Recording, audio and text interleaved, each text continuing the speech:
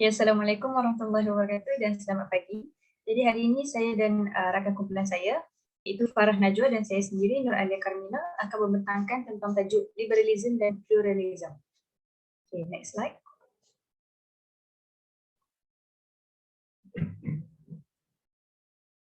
Okay, yang pertama sekali kita akan bercakap mengenai liberalism. Okay. So, seperti yang kita tahu, liberalism ini merupakan satu proses penerapan bentuk-bentuk pemikiran bebas dalam minda kalangan masyarakat kita, khususnya umat Islam lah, di mana matlamat asasnya adalah untuk membebaskan pemikiran umat Islam daripada pandangan-pandangan Taurat yang di mana ia dianggap sebagai tidak munasabah dan juga menyekat kemajuan oleh pihak British.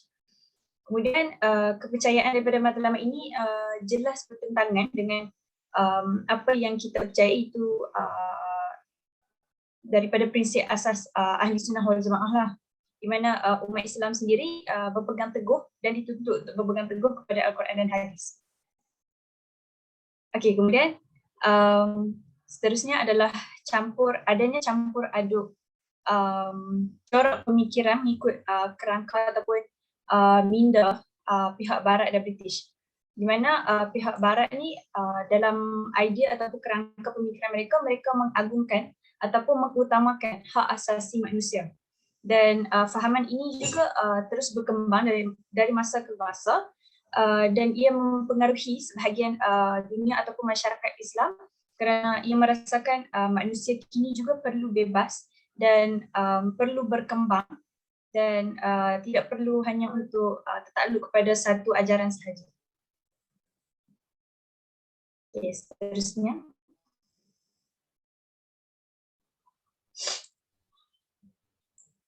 Okay, terima kasih. Okay, sekarang kita tengok kepada gerakan liberalism di Malaysia, di mana terdapat 4 fasa. Yang pertama adalah pada fasa era penjajahan British, yang kedua pada fasa zaman kemerdekaan, yang ketiga pada fasa era 80 hingga 90-an, dan fasa keempat adalah pada 2007 hingga 2019, di mana waktu sekarang lah. Okay, so pertama sekali gerakan liberalism di Malaysia pada fasa era penjajahan British. Okay, di mana fasa pertama ini bermula di era penjajahan British di Malaysia, di mana British ni bukan sahaja datang ke Tanah Melayu, ke tempat kita untuk menjajah dan mengauk kekayaan negara kita, tetapi juga mereka ingin menyelidik kekuatan dan juga kelemahan orang Melayu.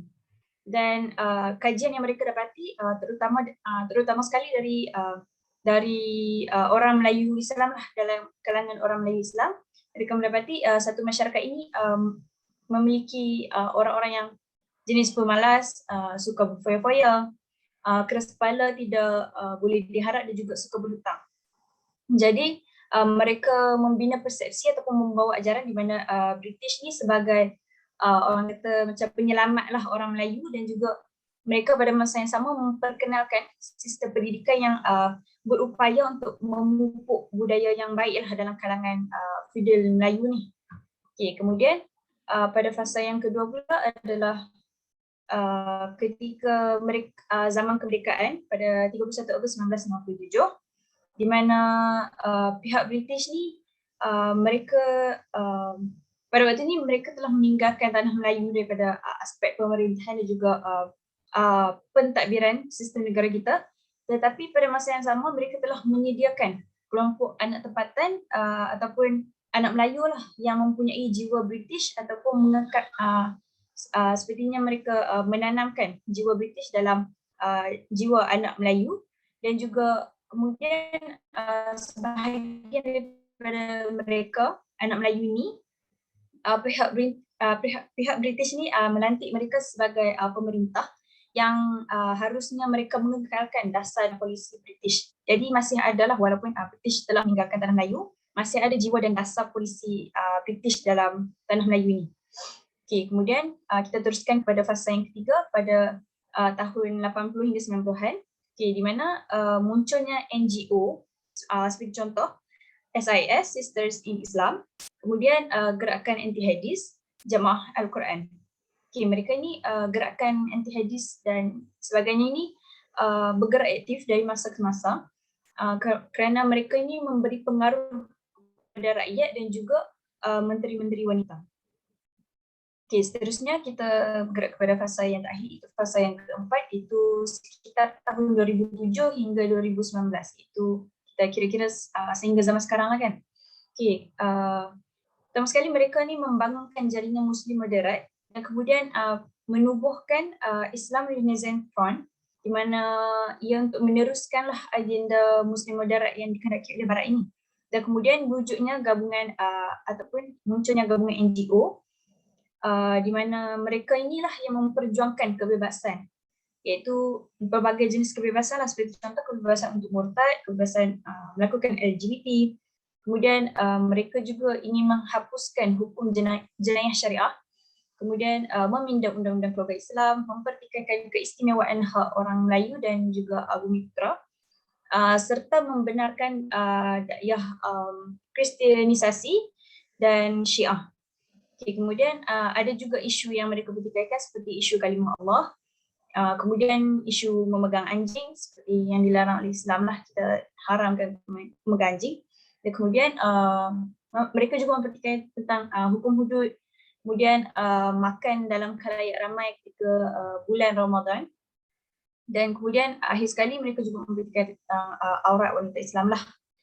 Okay, jadi di sini saya akan menceritakanlah tentang satu kisah di mana berkait dengan meminda undang-undang keluarga Islam, di mana ada satu posting ni di mana SIS sendirilah, Sisters in Islam, mereka menolak hukum hudud pada tahun 2011. Ada artikel ni pada tahun 2011 di mana mereka mengatakan tidak adil lah kepada wanita. Okay, kerana seperti contoh ada satu kes robot dan kemudian pihak ataupun mangsa wanita perlu memberikan bukti lah kan. Jadi mereka menganggap bahawa benda ni macam tak adil lah untuk wanita, walaupun ianya untuk mempertahankan hak wanita, tapi ia pada masa yang sama macam tidak adil sebab macam menjatuhkan maruah wanita. Okay, jadi kes yang keduanya adalah dari segi harta faraid lah. Seperti yang kita tahu, kalau harta faraid untuk anak perempuan dan anak lelaki dibezakan nisbah dia 2/1, iaitu 2 untuk anak lelaki dan 1 nisbah untuk anak perempuan. Okay, mereka macam SIS ni lah, gerakan SIS ni macam mempertikaikan kenapa perempuan punya nisbah lebih sikit daripada lelaki. Okay, jadi perkara ni lah yang mereka tuntutkan, walaupun sebenarnya kita tahu hak lelaki ni lebih banyak kerana tanggungjawab yang dipegang oleh pihak lelaki ni lebih tinggi. Sepertinya untuk memberi nafkah kepada anak isteri nanti kan. Okay, jadi kemudian seperti itulah contoh dalam meminda undang-undang Islam. Okay, kemudian kita teruskan kepada next slide.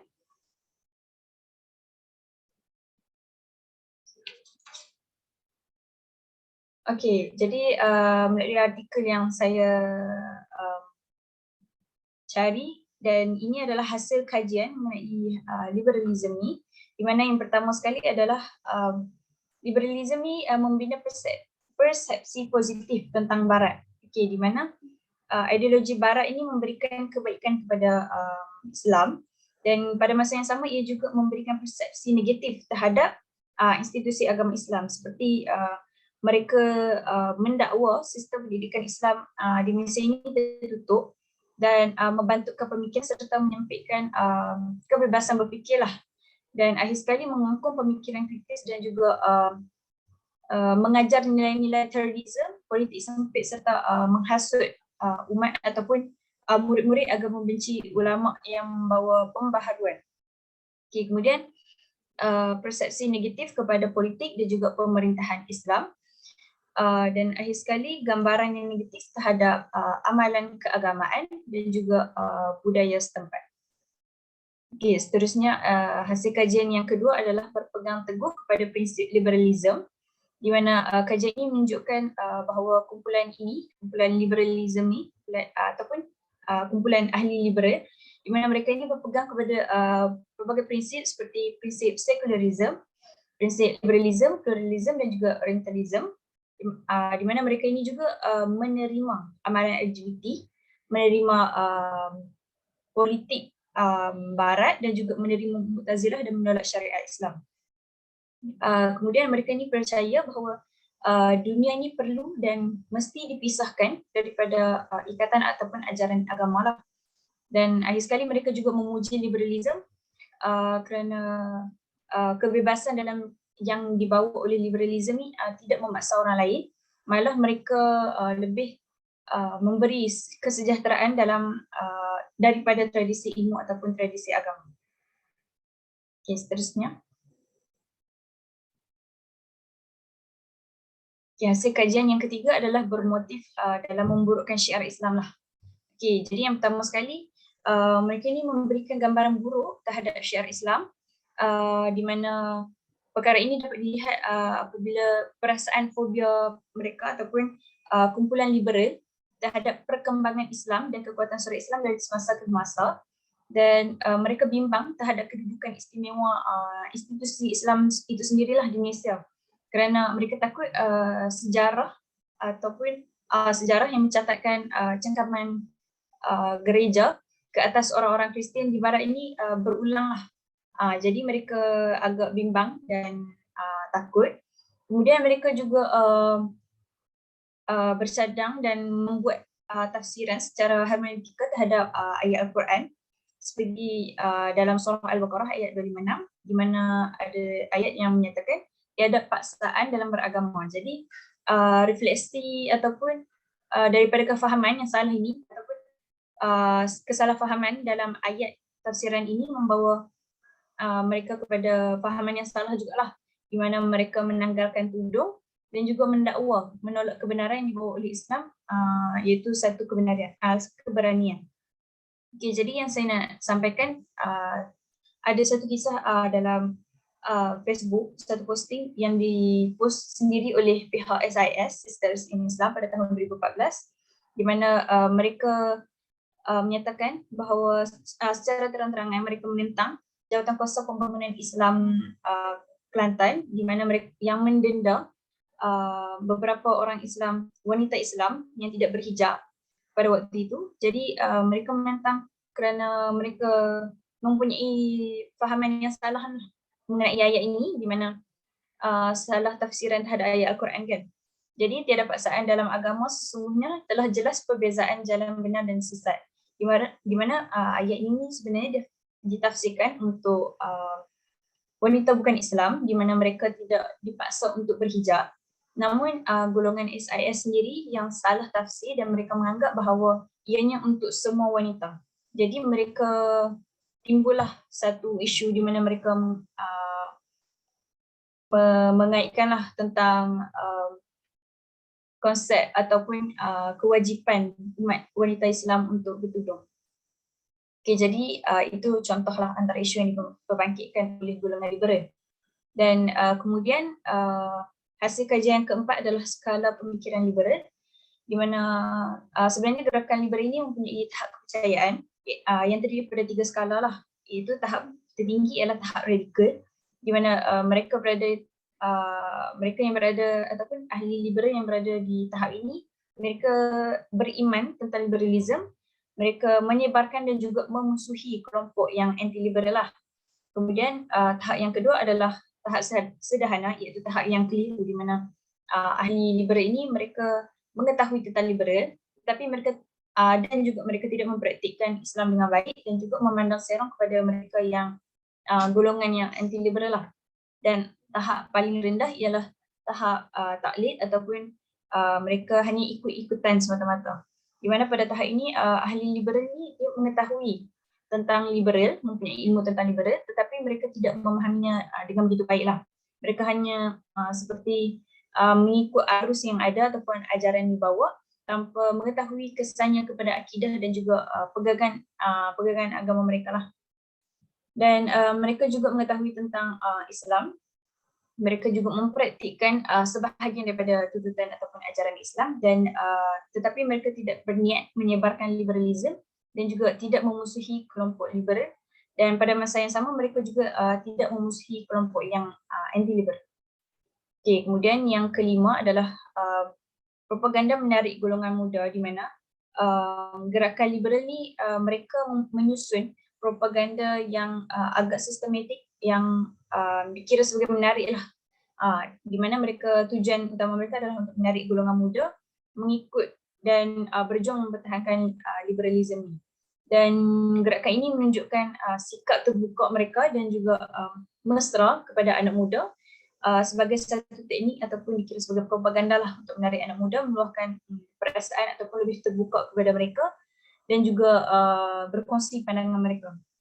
Dan mereka juga pada masa yang sama mempromosikan kebebasan sebagai satu teknik propaganda lah, di mana mereka menggunakan isu kebebasan yang melibatkan anak muda seperti bebas daripada undang-undang negara dan juga mereka lebih mementingkan imej lah daripada dalam setiap tingkah laku ataupun perbuatan. Okey, jadi itu sahaja daripada tajuk liberalism. Kemudian akan disambungkan tentang pluralism oleh rakan kumpulan saya, Nufar Haji. Terima kasih.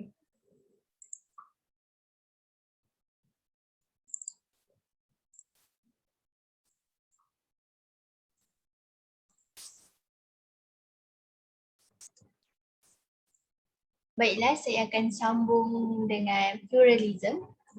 Pluralism di Malaysia terutamanya. Baiklah, pluralism agama ni dia dianggap sebagai suatu bentuk toleransi yang paling berkesan dalam menangani perbezaan agama di dunia ini.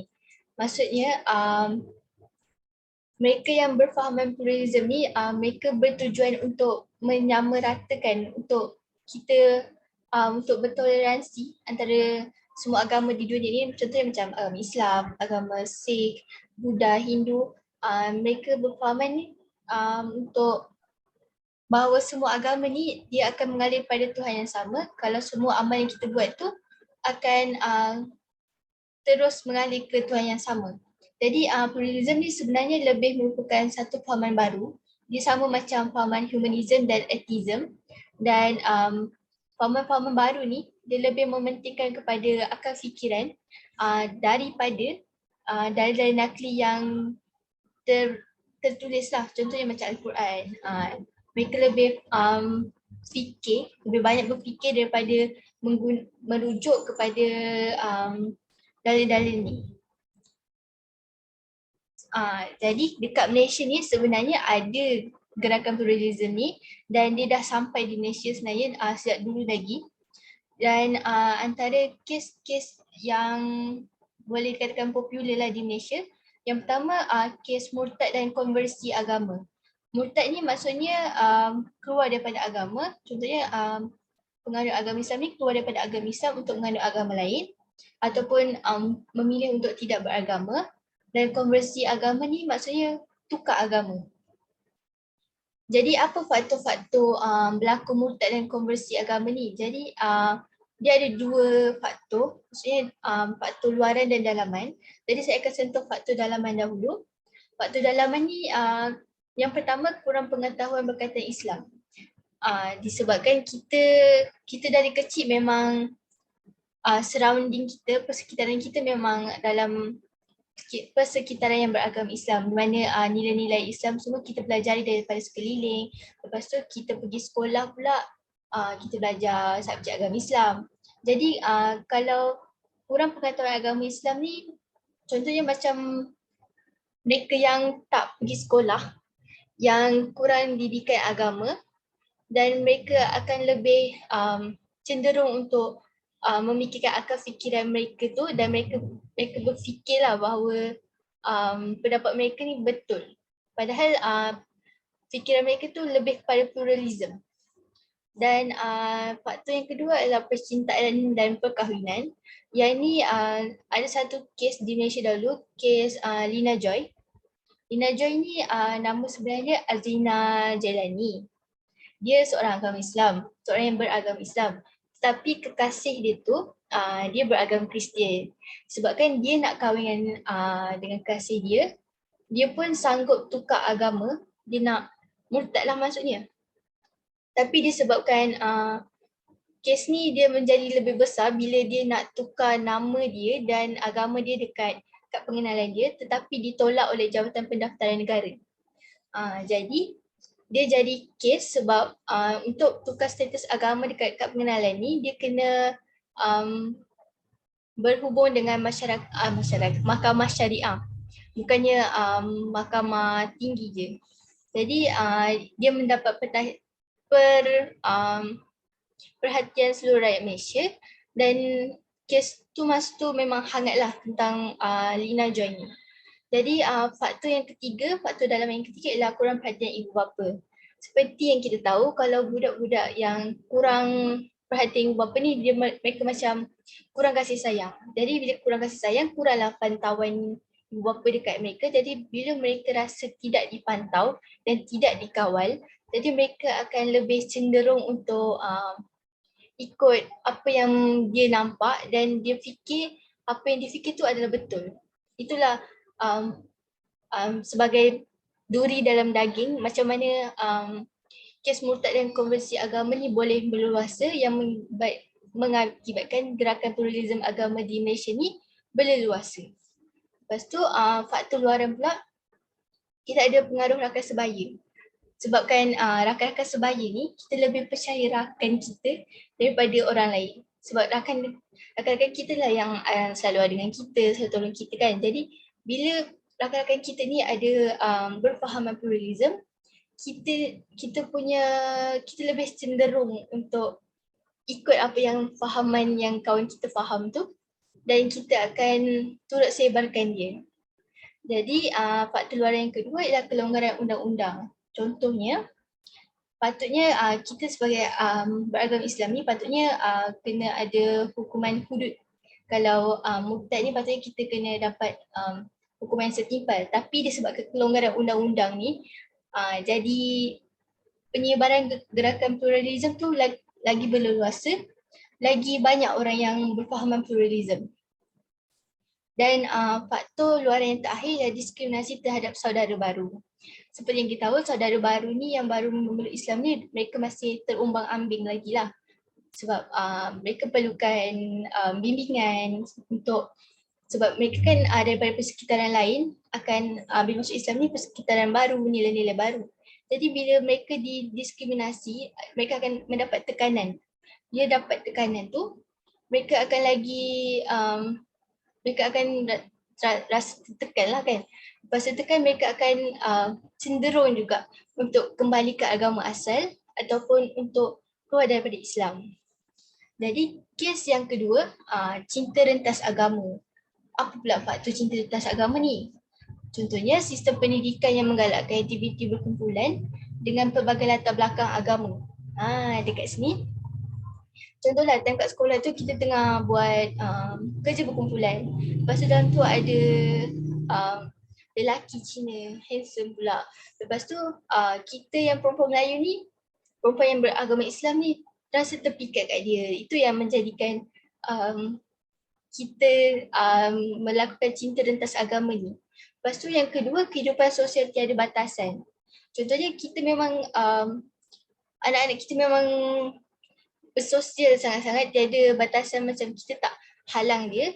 Jadi mereka pun bercintalah dengan orang yang beragama yang lain. Macam kes Lina Joy jugalah. Yang ketiga, pengaruh media hiburan seperti media sosial.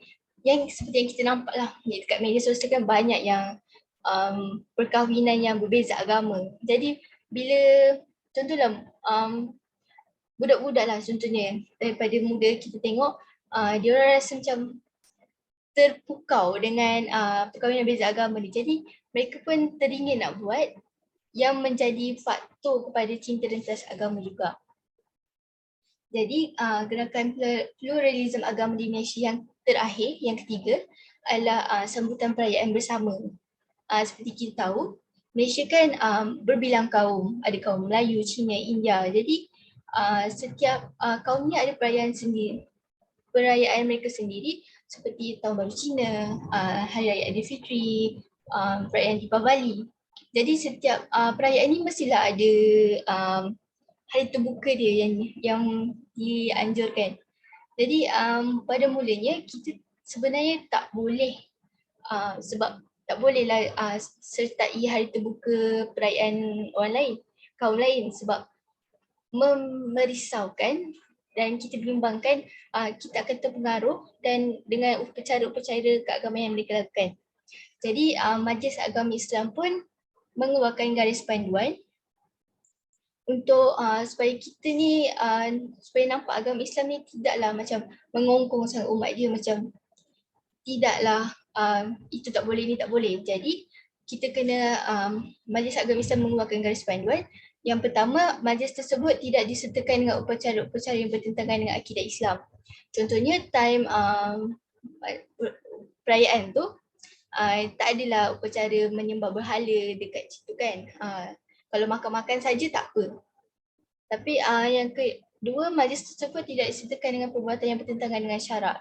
Contohnya kalau majlis tu ada upacara minum arak kan, itu memang dah memang sangat bertentangan dengan agama Islam.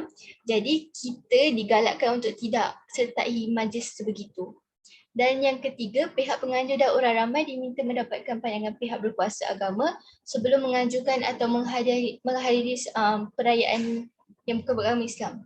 Jadi sebelum kita nak anjurkan ataupun kita nak sertai sesuatu ni, kita kena fikir 2-3 kali lah. Kalau silap langkah, habis lagi kan. Jadi kita kena fikir 2-3 kali macam faedah baik, faedah dia, keburukan dia. Kalau kita nak juga anjurkan hari terbuka ni, kita kena fikir apa yang sesuai, apa yang tak boleh, yang tidak dibolehkan untuk agama lain, macam tu. Baiklah. Okey. Ini adalah rujukan yang kami guna dari artikel, 2 artikel. Dan itu sahaja daripada kami. Terima kasih.